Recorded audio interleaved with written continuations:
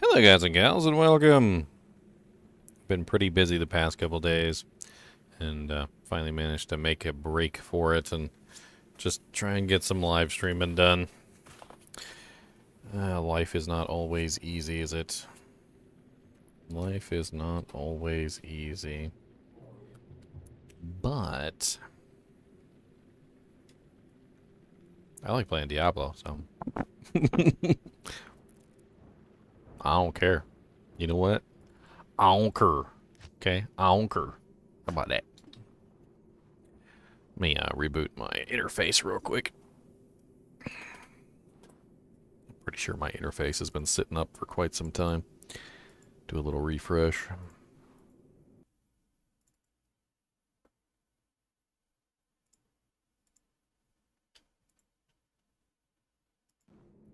Let's hop into Discord. In case anybody shows up. Make sure my sound is running, because I haven't been on here in a while, so my settings might be all messed up. Alright. Still don't hear anything, though.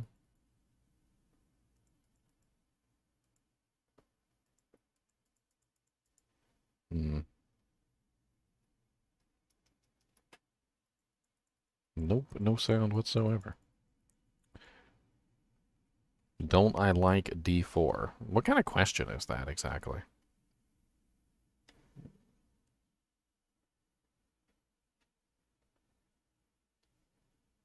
I mean, seriously.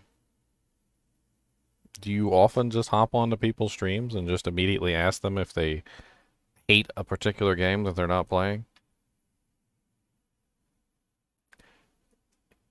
Seasonal content is a structure of game types that will always have ups and downs. Always. No matter how long the games are alive, there will always be times when people are playing them, and there always will be times when people will not be playing them.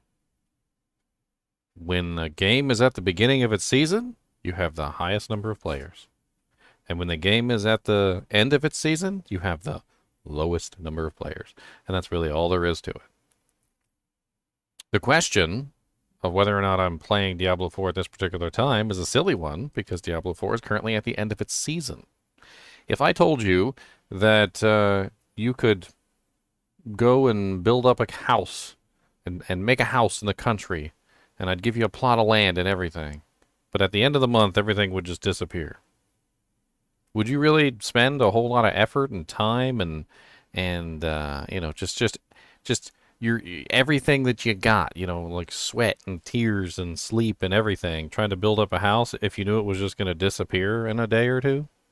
Right? The season, Diablo 4 season, is literally going to end soon, and all of that effort and all of that time that you would spend into it is for nothing. So of course people are going to not play right now. Of course people are going to wait until the season starts. The season doesn't start until the 17th. So you will not see me even touch Diablo 4 until the 17th. And I can't figure out why the hell my sound isn't working.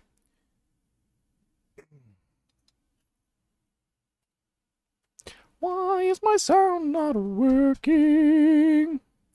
Why is my sound not working? Working, working, twerking, yes. Why is my sound not working, yes? Hmm.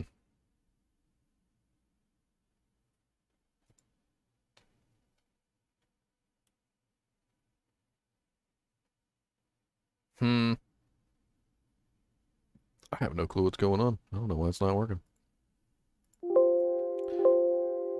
Sound works over here. So I guess it's just not coming through from the capture card?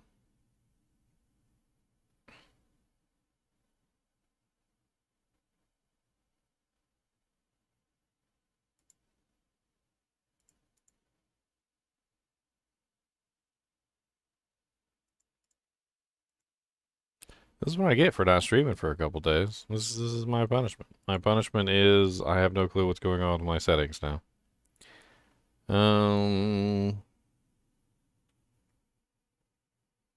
Yeah, that's my sound. You're talking about me talking, but there's no sound. There's no sound in the game. The game is not. There's no game sound. Can't hear me hork. What kind of horking day is it if you can't hear me?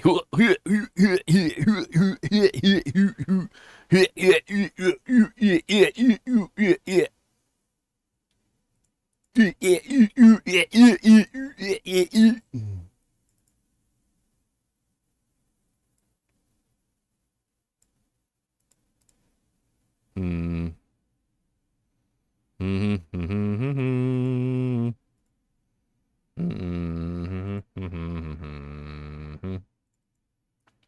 Bum bum bum bum bum bum bum bum. Beam bum bam bum bum.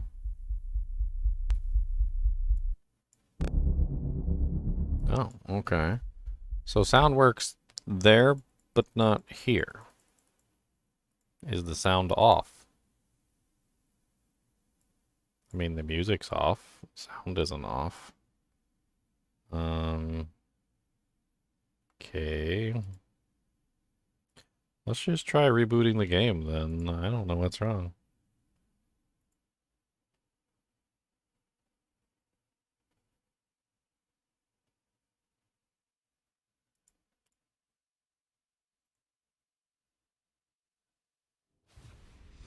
Well, there we go. Now the game has sound.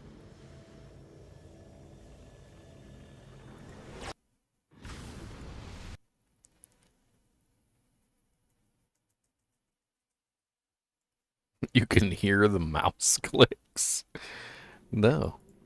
Yeah, see, look, now the sound's there. Look, see, we fixed it. It's been fixed. Okay, we fixed it.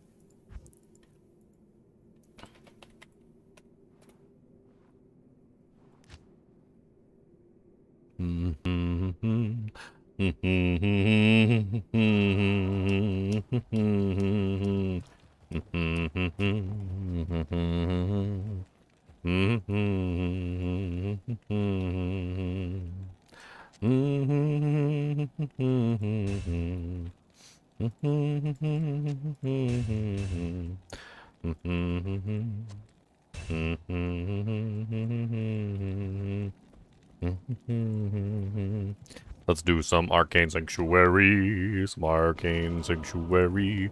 Yes, some arcane, yes, got a sanctuary. Gonna horkin, dorkin, borkin, dorkin, yeah. We gonna horkin, borkin, borkin, yeah. Horkin, borkin, bork. Borkin, borkin, bork. Horkin, borkin, bork. Horkin, borkin, bork. Horkin, borkin, bork. Horkin, borkin, bork. Horkin, borkin, yes. Gonna horkin, yes. Got a horkin, borkin on them things, oh yeah. Horkin, a borkin on the horkin, yes. Horkin away, gonna hork today, gonna hork today. Immune to physical, I don't really care if the pain don't play. Suck it. Ow! Look here, Mr. Lightning Spire, die to lightning. How about that? And then we switch into the Horkin. Horkin, yes we do, cause then we're gonna horka-baroon. Horkity-barkity-barkity-barkity-barkity-barkity-bark. Bark. What we get? Nothing good? Super.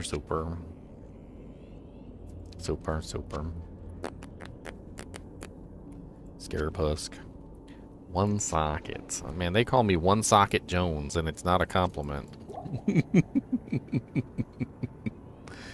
They call me One Socket Jones, and it is not a compliment.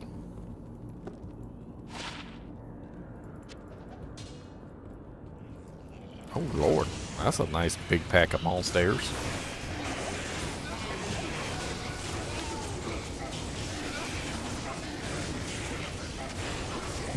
Because this is the day that we hork a baroon. This is the day that a rune of baroon horks. I'm gonna hork a rune of the burr type, yes. Gonna hork it, yes. Gotta hork that rune, a horkin the rune, gonna get that rune from the rune, yes. Gotta hork the ghosties and make 'em drop all of the runes and have some fun. Horkin them runes, gonna hork them runes, gonna hork them runes. Horkin them runes, horkin the runes, gonna hork them runes, gonna hork them runes.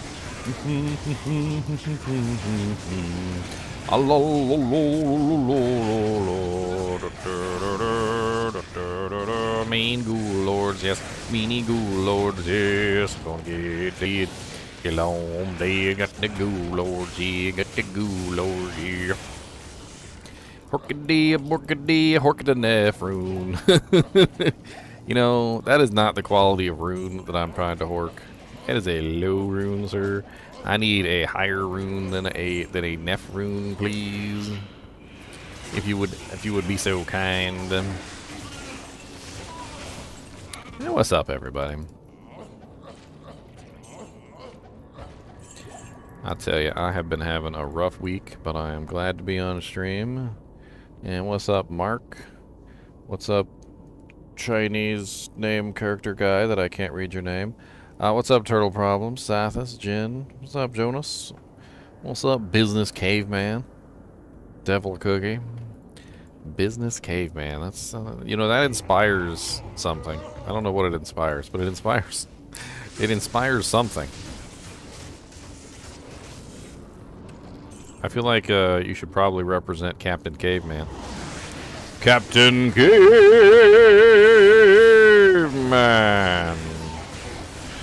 I used to love that cartoon when I was a kid.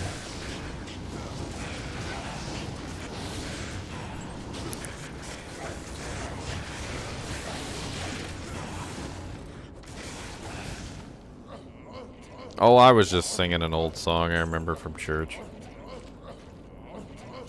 I'll tell you one thing, church be singing some songs though, don't they? I don't care what you got to say about church or religion or none of that crap. But man, they be singing some songs. They got some good ones too. The one I was singing, that's one of my favorites. Just something to it. I don't know. It's just something to it. It's great. This is the day that the Lord has made, and I will rejoice and be glad in it,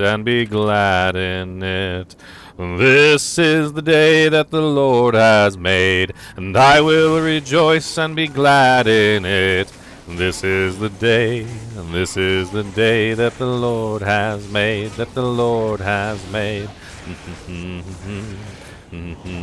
I'm telling you, man, there's just something to that song.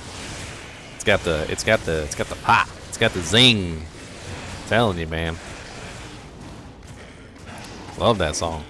I be humming it sometimes. Just be humming. I just be humming it.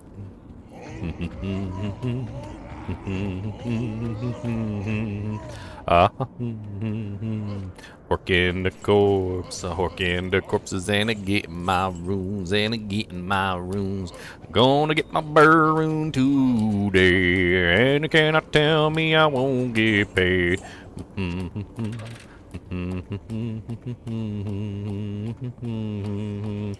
Oh, yeah.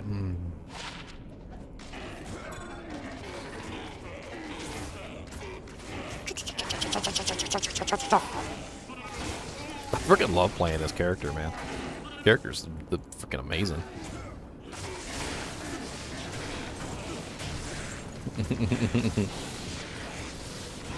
Original compositions. Oh, I love my original compositions.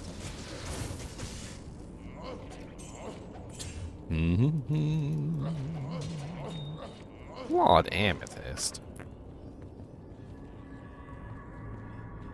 Hoi, hoi, hoi, hoi, hoi.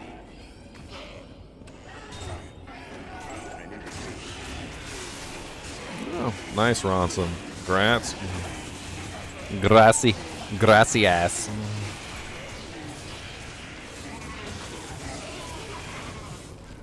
Domo arigato, Mr. Abaroon. Domo arigato, Mr. Abaroon. Domo arigato, Mr. Baroon. Coming out of the dojank. Wow, plus 3 curses with 39% extra gold for monsters. Woo, that is something right there. I don't know what that something is, but it's something. That is what you call something. That is a solid something. That is a 100% solid something. It's not a good something, but it's a something.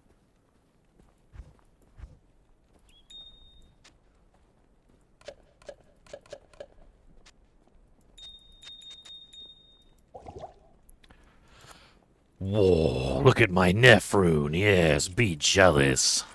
See my Nephrune and lament that you shall never have the beauty of the Neph, such as mine. That's a pristine first edition Nephrune, thank you. Good day. First edition.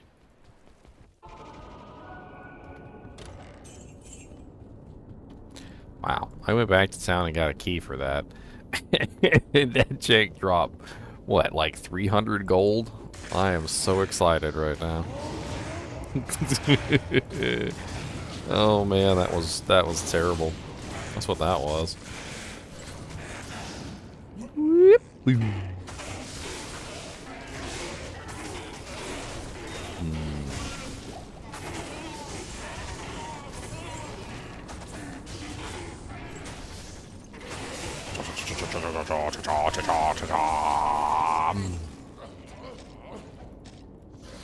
Give me something good to eat. Give me something nice.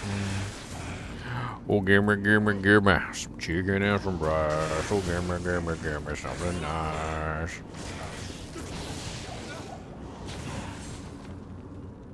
Ah, yeah. How many of you guys got yourself a Shaco hat, by the way? Holy Jesus. I think I just found a frickin' jackpot of a rune. I mean, a jewel. That is nice. Oh, wow. Wow, I gotta post that on the board. That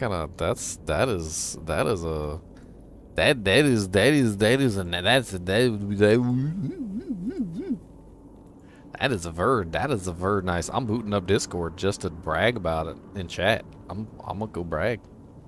I'm gonna go brag about my jank. I found a freaking bank. Jankity bankity bankity bankity janky ganky bank. Ooh doo doo doo doo doo doo doo.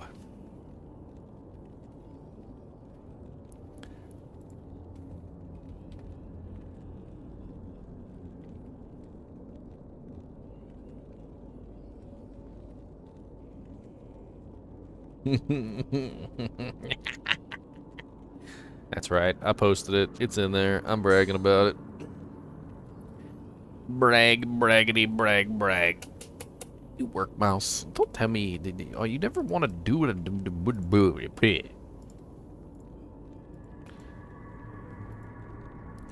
Yes. Why are you even up there?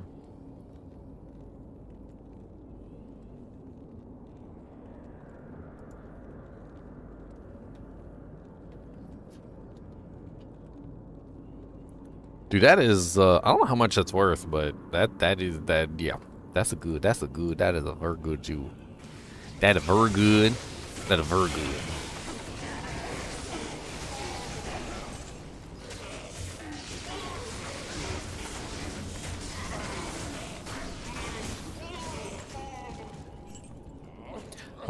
Very good jewel, very good. I found a very good. Already Horkin good stuff. Look at that. Can't stop. Won't stop. Oh. Can't stop. Horkin. Oh no. A diamond? I like diamonds.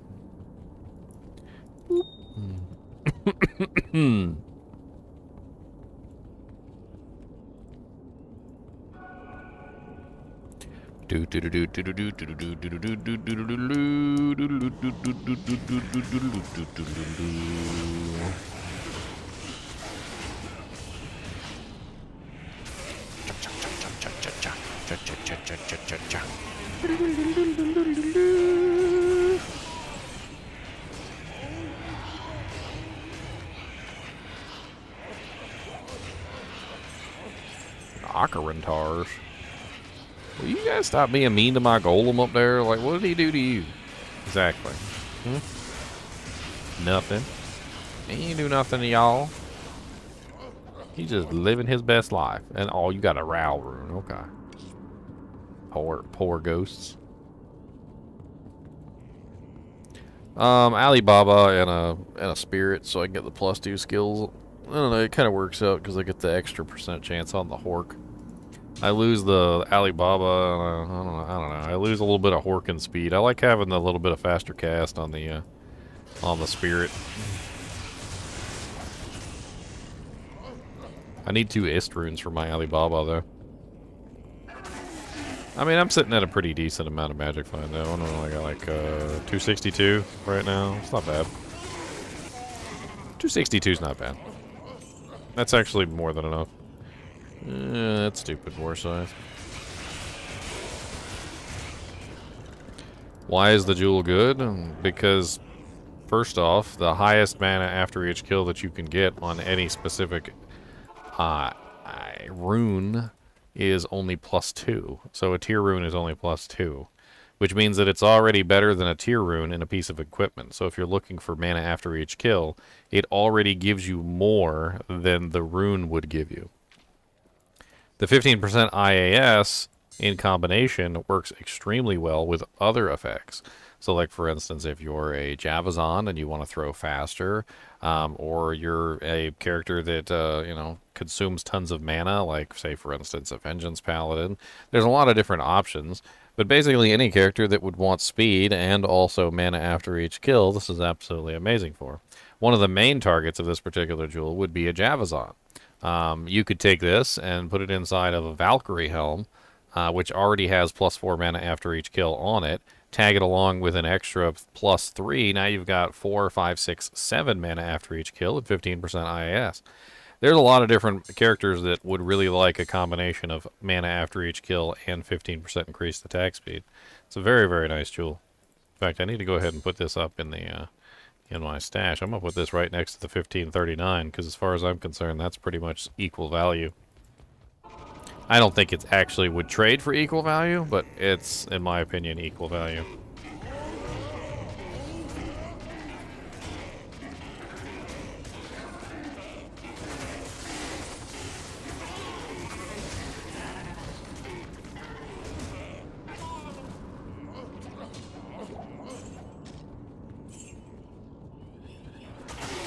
What's up, Irene? Welcome to the Horkening.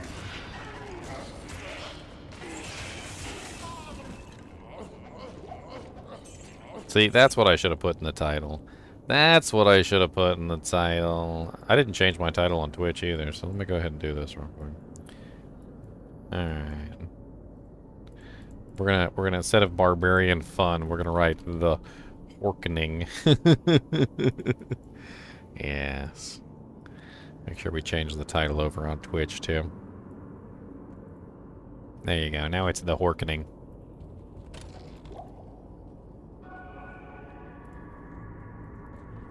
I'm kind of surprised that rummaging through dead bodies isn't winning the poll, but, you know, I guess that does seem a little morbid.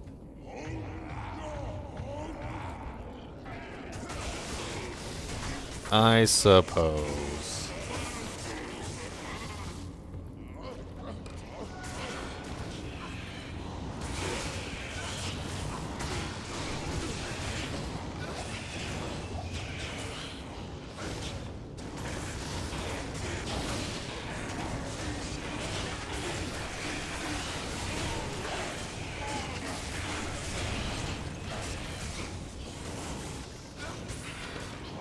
The divinest of scepters.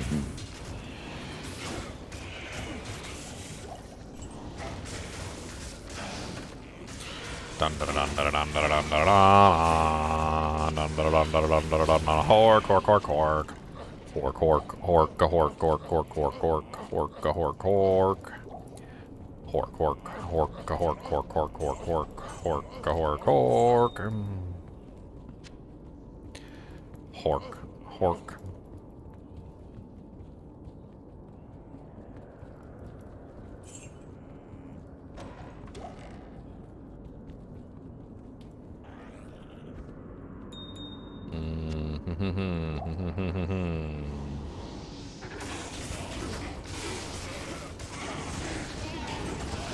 Look at this freaking corpse. Every time it wanna makes me hork. Every time it makes me hork. I'm gonna hork that corpse. Look at this freaking corpse. Hold on. I gotta do the song justice. I can't just sing it normally. I gotta do it with the voice, right? So like whenever you do those though, I can't remember the band that does those songs. What is it? Freaking oh god. Anyway, they always did it with like the voice, right? They always said like they're like look at this freaking corpse. Every time it ever makes me hork. Every time it ever makes me hork.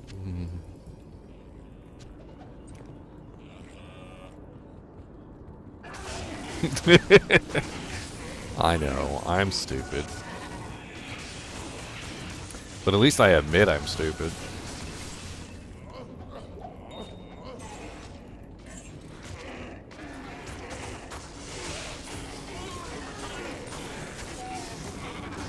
Nickelback. Yeah, Nickelback. Nickelback. I want my Nickelback.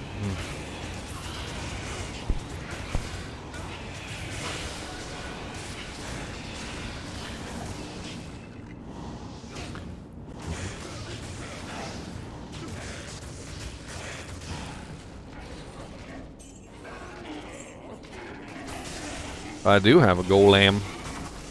I got a golem, and him so cute. Him's a golem, and him so cute. He kills stuff and he makes them dead, and I tell him that he makes them red, but he is colorblind. 'Cause he's a golem. Yeah, yeah, yeah. Oh, he's a golem. Oh, yo, yo, yo. I don't know what to tell him, 'cause he's real silly. He has a golem and he is a hillbilly. He's a golem. Yeah, yeah, yeah, a freaking golem. That's a pretty sick charm, if I don't say myself. He's got some nice life and a lot of attack rating. It's a sick charm. Poopy head, it's an throne. I'll take it instead. Killing all the monsters and gonna make them dead. I bop them and I bop them right in their head. These towers are made of lightning and I kill them with some lightning. It doesn't make any sense, but it's really freaking frightening. Lightning. Yeah, yeah, yeah. You got lightning. Alright, pop quiz for everybody in chat. That's right. You didn't know there was going to be a pop quiz today, but now you found out. So there's a pop quiz. That's right. So you better to get your pencils out. All right. Pop quiz. Does Magic Find affect super chest drops? Yes or no? And now we cue the Jeopardy music. I'll repeat the question one more time before I do the Jeopardy music. Does Magic Find affect super chest drops?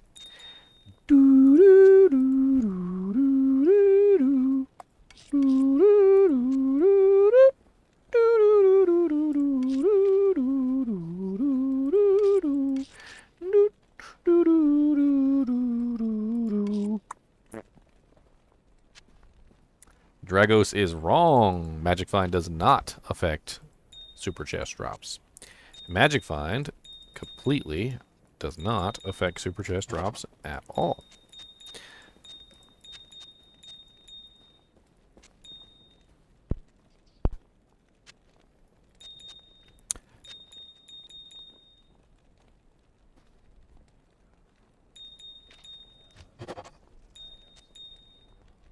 Doot, doot, doot, doot.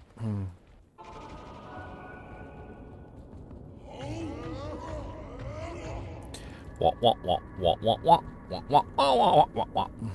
Wah, wah, wah, wah.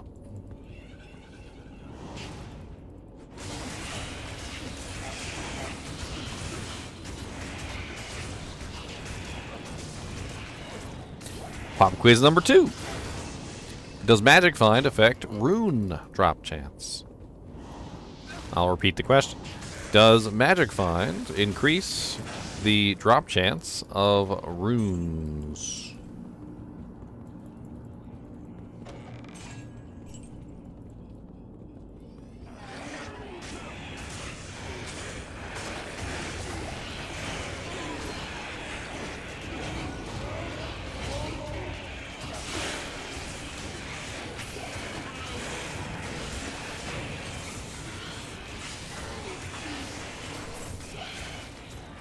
Correct, Craig. Magic Find does not affect the drop chance of runes. Does Magic Find affect the drop chance of jewels?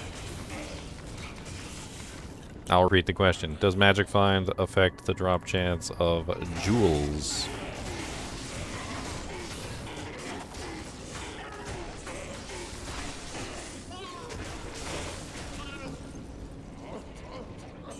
I can't carry anymore.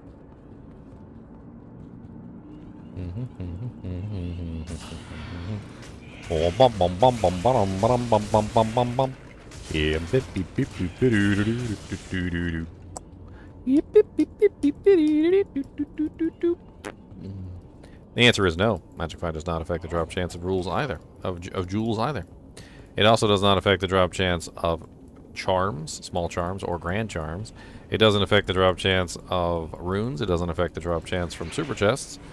Magic Find has a lot that it doesn't affect, actually. Now, a rare jewel is affected by Magic Find, but the drop chance of the jewel itself is not affected by Magic Find. You will always get a jewel if a jewel drops. The chance of it being a rare or a unique jewel, that's a whole other story. But jewels themselves will always be magic because there is no white jewels. There are no white grand charms. There are no white small charms. There are no white large charms, which means that when a monster drops a charm, it will always be a magical charm unless it rolls unique. Which, there's only one, which is Geats.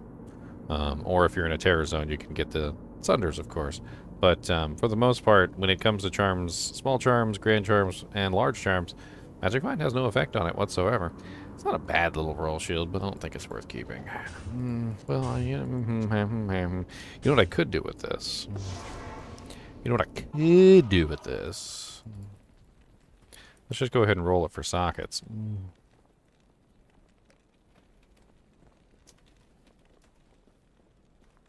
Yeah, bum bum bum bum bum bum boom boom boom boom boom. Perfect. The rubies, those are expensive.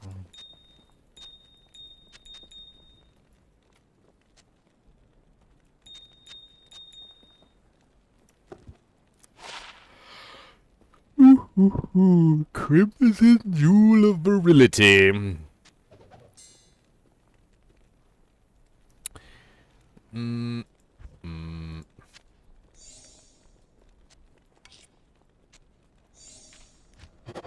Nice. 4 sockets. You know what I'm going to do with this? Boop. Boop. Boop. Boop. It's going to be for my next Iron Golem. My next Iron Golem will be made out of the gemmed Royal Shield with 109 all resistance.